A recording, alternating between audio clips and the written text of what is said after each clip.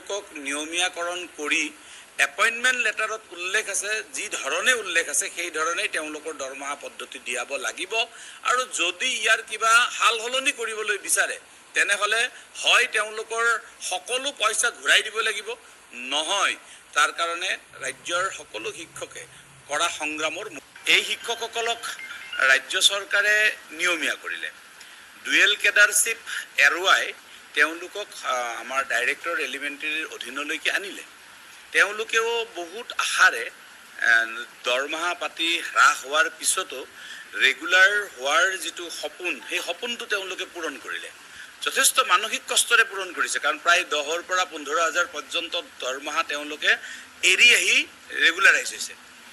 তেওঁলোকৰ যিখন appointment letter, এই এপইণ্টমেণ্ট লেটাৰৰ 8 নম্বৰ যিটো ক্লজ, 8 নম্বৰ ক্লজত তেওঁলোকৰ দৰমহা কেনেকৈ দিয়া হ'ব সেই সম্পৰ্কে সম্পূৰ্ণ নিৰ্দেশনা দিয়া আছে। এতিয়া তেওঁলোকক আকৌ যদি সৰ্বশিক্ষা বা সমগ্ৰ শিক্ষাৰ যিটো বিত্তীয় লেনদেনৰ বিধি, সেই বিধিৰ অধীনলৈকে গৈ যদি আকৌ দৰমহা দিয়া হয় তেনেহ'লে তেওঁলোকৰ SIU এপ্ৰুভেলটো কি হ'ব? তেওঁলোকৰ পে স্লিপটো ক'ৰ পৰা পাব? কেন্দ্ৰীয় চৰকাৰৰ অনুদানৰ ভিত্তিতেই দৰমহা দিয়া হয়, তেনেহ'লে তেওঁলোকৰ দৰমহা হ্ৰাস কৰা দৰমহাখিনি ঘূৰাই দিব নেকি? তেওঁলোকক নিয়মীয়াকৰণ কৰি এপইণ্টমেণ্ট লেটাৰত উল্লেখ আছে, যি ধৰণে উল্লেখ আছে সেই ধৰণেই তেওঁলোকৰ দৰমহা পদ্ধতি দিয়াব লাগিব। আৰু যদি ইয়াৰ কিবা সাল সলনি কৰিবলৈ বিচাৰে তেনেহ'লে হয় তেওঁলোকৰ সকলো পইচা ঘূৰাই দিব লাগিব, নহয় তাৰ কাৰণে ৰাজ্যৰ সকলো শিক্ষকে কৰা সংগ্ৰামৰ এই শিক্ষকসকলক ৰাজ্য চৰকাৰে নিয়মীয়া কৰিলে। ডুৱেল কেডাৰশ্বিপ এৰুৱাই তেওঁলোকক আমাৰ ডাইৰেক্টৰ এলিমেণ্টেৰীৰ অধীনলৈকে আনিলে।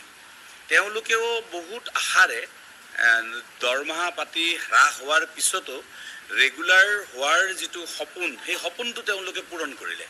যথেষ্ট মানসিক কষ্টৰে পূৰণ কৰিছে, কাৰণ প্ৰায় 10,000 পৰা 15,000 পৰ্যন্ত দৰমহা তেওঁলোকে এৰি আহি ৰেগুলাৰাইজ হৈছে। তেওঁলোকৰ যিখন এপইণ্টমেণ্ট লেটাৰ, এই এপইণ্টমেণ্ট লেটাৰৰ 8 নম্বৰ যিটো ক্লজ, 8 নম্বৰ ক্লজত তেওঁলোকৰ দৰমহা কেনেকৈ দিয়া হ'ব সেই সম্পৰ্কে সম্পূৰ্ণ নিৰ্দেশনা দিয়া আছে।